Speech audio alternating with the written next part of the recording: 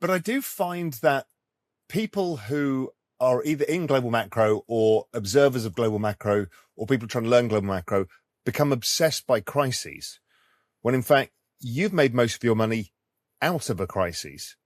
The period coming out, being long equities as opposed to being short.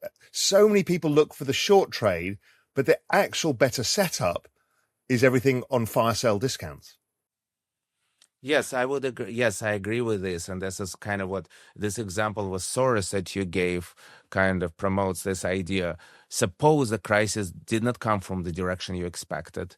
Suppose you were not first oriented right way in your portfolio. So you just take your lumps, you reconfigure, and it might take, in my case, it might take 2 or 3 years to find a new kind of texture of the market, to find your footing. What is the new regime? And then you get into this new regime and understand like, okay, well, things that I was trying to do before is not working. My portfolio did not work for this particular event, but what is a new set of opportunities? It is very important. I think that there is a very strong like kind of drive in macro markets. If things go wrong, just cut everything, cut all the positions, get flat, get defensive. But I think the more important thing is, I think that maxim about getting flat and getting defensive is more about clearing your mind and not being attached to you.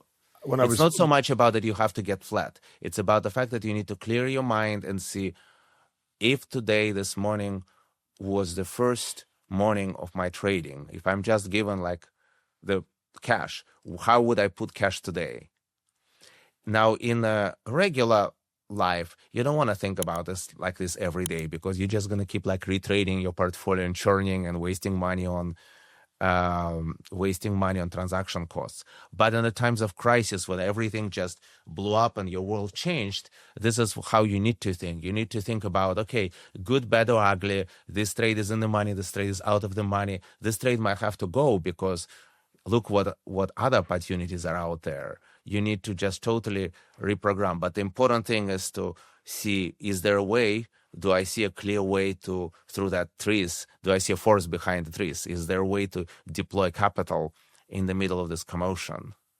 Yeah, I mean, I remember very well when I was at GLG running the macro fund, when things were going wrong and it's like none of my views are working, I would purposely just close every position, winners and losers, close the book and go for a long walk in Hyde Park, and then not work that day and maybe not the next day, then come back in with a clear mind, because you need to ask yourself, what are the biases I'm carrying now? Are they still applicable or are they not? Is my timing wrong or am I just wrong?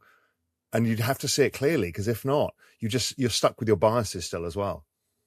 Yes, I think this is one approach. Honestly, my approach when I'm confused, my first instinct is to do nothing. Take just a deep breath. Like, for example, like, oh, portfolio is down this much money, margins this, margins that. I was like, okay, deep breath. Margins are not till tomorrow. So you obviously like this video enough that you've got to the end. That's quite a big task. But listen, do me a favor, hit the like and subscribe button, and also check out what video's next, because I think you'll love it. But if you want even more, and when I'm talking more, I'm talking about member-generated ideas, incredible alpha, research, everything there to help you in your journey, just head to realvision.com/join for the best financial intelligence out there and the pure alpha that's within the platform.